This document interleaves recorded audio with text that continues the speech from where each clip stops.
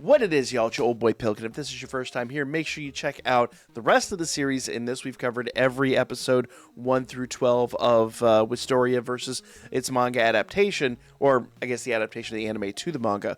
So hit that subscribe button, enjoy. Whole series is here, but let's go ahead and jump in. Now, Chapter 19 and a little bit of 20 are what episode 12 is actually derived from. And I said in the one we dropped yesterday for episode 6 that it was one of the biggest deviations. This one might be a bigger deviation, or at least on par. So when the episode first kicked off, I was a little critical of it because, they went back and they covered a lot of that final fight with the Grand Duke. And really what they did is they just went back to the beginning of chapter 19 and they covered all of the fight that happened with the Grand Duke in the prior episode. Like literally, essentially everything up to this point. We see Rosti, reminds him that it's wand and sword. A lot of interesting notations there. We'll kind of cover all that here in a bit. I have a whole Rosti video in the works. But the basically he asks Sion to cast the incantation. Will literally catches it in the sword, and now he's got this giant flame sword, and he essentially goes Super Saiyan. Look at the color of his hair. Tell me I'm wrong. Just tell me I'm wrong. So obviously we know how this goes. He comes down with just a big chop. Or in the anime, he kind of flies around, which always bothered me. I'm like, he's not really capable of flight, but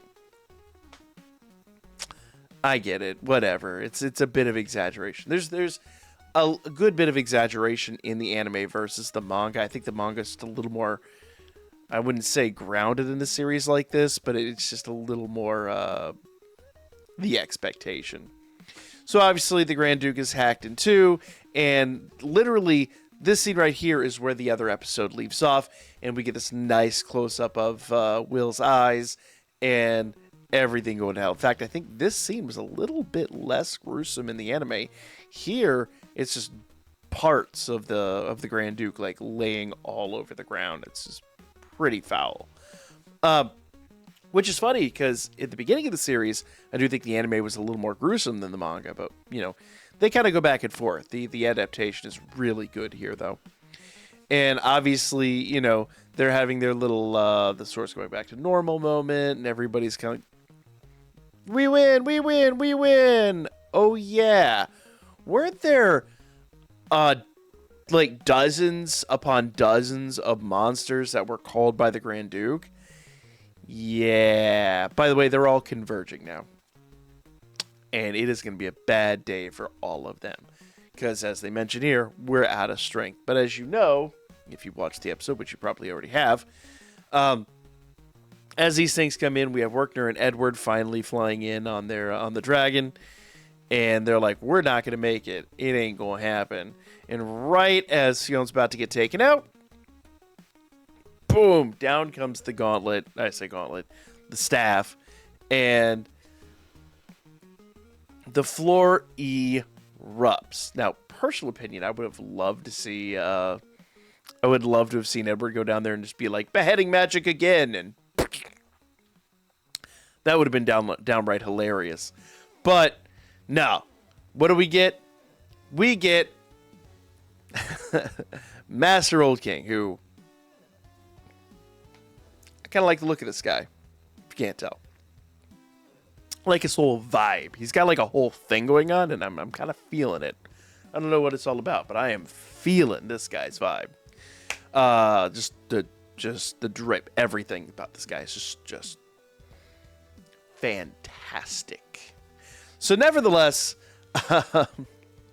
it's literally the light mage, the one that of the Magiavander, the one that everybody's been talking smack about in the Magia, and he's like, here to save you, which is absolutely fantastic. And he does this like great like monologue where he's like, you've stood against death and you've stood against the darkness and blah blah blah blah blah, and I'm here to save you. Now this was really interesting because you see just like in the anime, they're kind of all up there on this hill. And in the anime, Will's kind of focused on this dude in the back right here. And in the anime, they show him kind of like sliding down the ledge and approaching Will. Whereas in this panel, it seems like they've all kind of descended at the same time. Not a huge difference. Just a little bit of a dramatic like difference between the introduction of Finn and his interaction with Will. It's still just a little dramatized here. It's really not that big of a deal. And of course, Finn reveals himself. Now, I want you to pay close attention here, because his gauntlet, his like glove, gauntlet, whatever you want to call it, looks very similar to, and I do apologize, I'm awful with names, but the baddies that were in the dungeon earlier. In fact, we'll catch up with them in a little bit. Headless and Old Boy. So, and guess why I can't forget Headless's name. But nevertheless, like, his gauntlet's very similar, so I'm looking forward to how that is actually going to play out. But he takes his cloak off and he's like, "I'm Finn!" And you're like, yay! If you don't know, essentially Finn is a character from the Danmachi series. He doesn't get a lot of shine in the anime or in the mainline Danmachi series, but in like the Sword Oratorio OVAs. If you've read the Wistoria record, holy crap. If you played the Danmachi Omori Freeze game, you already know what that is. A lot of OGs on this channel remember that. But Finn is basically a borrowed character. I was pretty critical of this in the episode, and I'm a little critical of it here. It's the first like real, honest to goodness, straightforward homage we have from Danmachi, whereas in the anime we already had Felvis and Levia. Actually, they, funny enough, both show up here in like the chapter 2 after this. Spoilers, but a lot of character borrowing between the Danmachi and the series. I'm not necessarily mad about it per se. A lot of people were really upset with me for being upset about it. It just, in the anime, it feels quite gratuitous by this point. It's like every other episode, it's just crammed down your throat. Like, here's another Danmachi character. And in the manga, this is like, he mentions Gareth, but this is like the first one that actually appears in the manga. So it's a little easier to kind of accept, but it's literally the same character design. Like, basically, he's like a cross between Lily and Finn, which are both Palums, essentially their version of halflings in this franchise. And then I guess Omori's world, middle Omoridom. I don't have a better word for it. But nevertheless, we get Finn, and there's this whole introduction, and now it's just the two of them. So it's really kind of funny because in the anime, like I said, he slid downhill, and then it was just the two of them. Here, it's kind of treated like they're all together, and Will's kind of off in the offskirts. And then here, it's just the two of them again. It's not that big of a deal. It's just kind of is what it is. Now, after this, we do get our baddies, and they are kind of holding this blade. And someone mentioned it in the comments, and I recognize the blade, but I hadn't quite put it together. It's another Easter egg from Danmachi, but it's a lot less well-known Easter egg from Danmachi, and that's essentially the sword that Revis uses in the dungeon.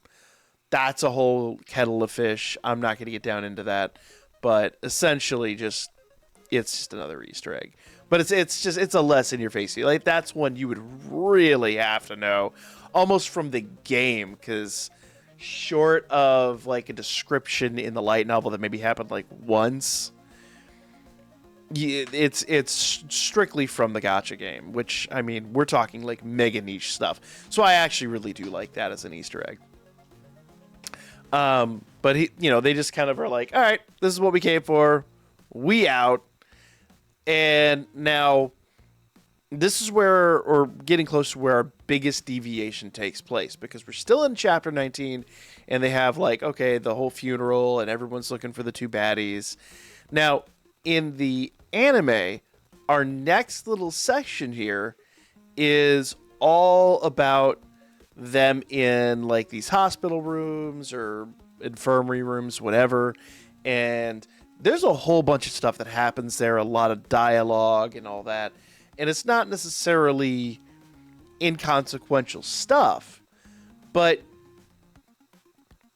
you know, it's just cool down stuff. It's like, you know, like general conversation, clearly leading into like rivalries and things like that, and who's accepted who and how perceptions have changed. We get none of that here. In fact, there's literally a 10-minute section of the episode that is completely not in the manga at all. 100%.